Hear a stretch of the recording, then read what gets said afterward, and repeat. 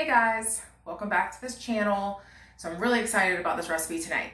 So this is going to be a keto orange chicken. I'm going to show you how to saute it, and then I finish it in the air fryer. So that's kind of like a trick I learned. Before I used to just do it on the skillet, and it's still really good that way. So if you don't have an air fryer, don't fret. You can also finish it in an oven.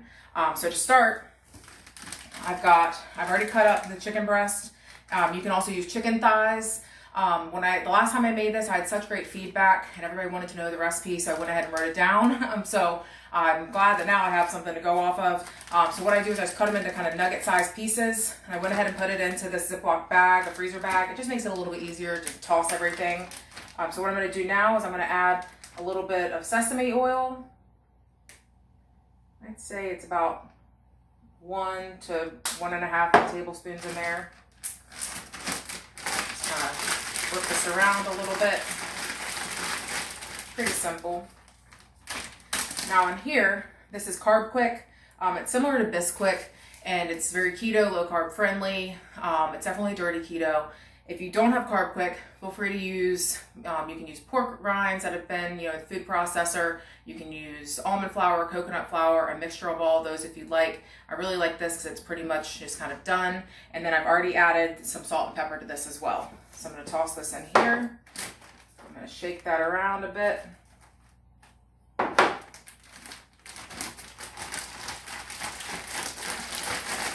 then I'm going to set this aside and work on our sauce. So now this is really well coated, and then this can just sit on the side until we're done with the sauce. So the first time I made this, I did not use the food processor for the sauce, and it was still really good, but I didn't like that I could feel the kind of the minced garlic, and it's more of a texture thing. So if you don't have a food processor or a blender, feel free to just leave it as is. This is just more for the texture of the sauce. It'll still taste great either way. So this is orange marmalade. I've doubled the recipe tonight. So typically I would use about 3 to 4 tablespoons of the marmalade. Tonight I'm using 8. I'm going to toss that in there. It says 2 tablespoons of minced garlic. This is 2 tablespoons of the liquid aminos. That's a soy sauce substitute. It's really good because it's not as high in carbs. That was something I was shocked about when I first started low carb and keto, was that soy sauce has carbs. Kind of thought it was one of those like gimmies, you could use as much as you want. I mean, of course you can, but I don't like to use I always say I don't like to spend my carbs on sauces or drinks and things like that, or even seasonings. So that's the liquid aminos. I'm going to use ginger. I have this ginger paste. I like to leave this in the fridge. I'm at the tail end of it. So I actually have some ground ginger I'm going to use just in case. So this right here that's in here is about a tablespoon that's left.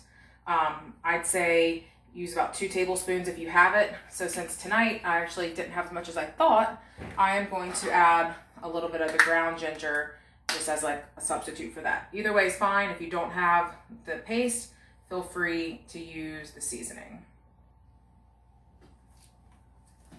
All right, and next I'm going to add a little bit of the crushed red peppers. If you don't like it very spicy, of course you don't have to add this. If you like it really spicy, feel free to add more. Just adding about that to it. When you put it in the food processor, it tends to bring out that heat a little bit more. And I'll include the recipe down below in the description, so don't fret if you miss something. Next, I'm going to use sriracha. I'm going to use about a tablespoon of that. Again, this is because I'm doubling it. If it was just the single recipe, I would have only done half a tablespoon. Now I'm going to do a tablespoon of rice wine vinegar. And if for whatever reason you don't have that, you can substitute pretty much any vinegar. White vinegar, apple cider vinegar might not taste the same, but it would probably still be a good substitution.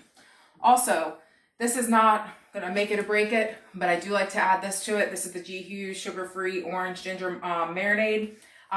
Just kind of get that ginger, again, kind of gives it a nice little hint. So you could use this. You don't have to use this. You could also use more of the marmalade if you like.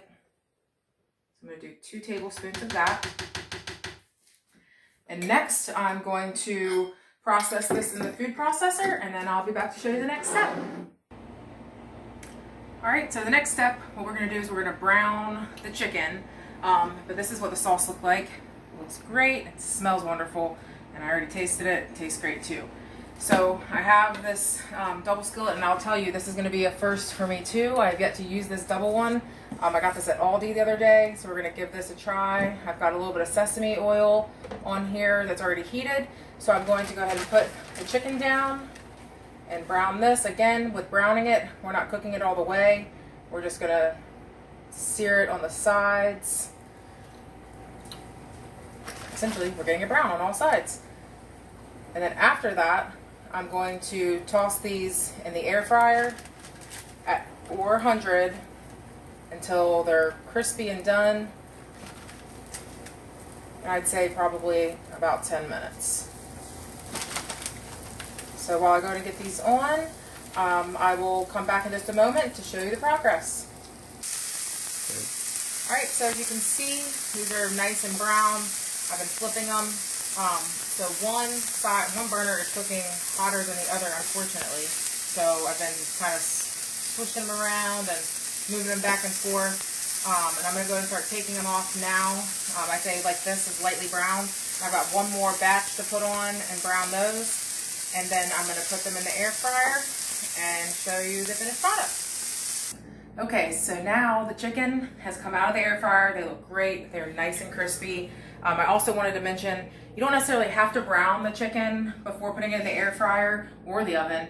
I just thought, for me, it takes out that it could be a long process otherwise. So this kind of quickens the cooking time, especially when I'm doing a large batch. Like tonight, I'm doing a double, almost triple batch of this.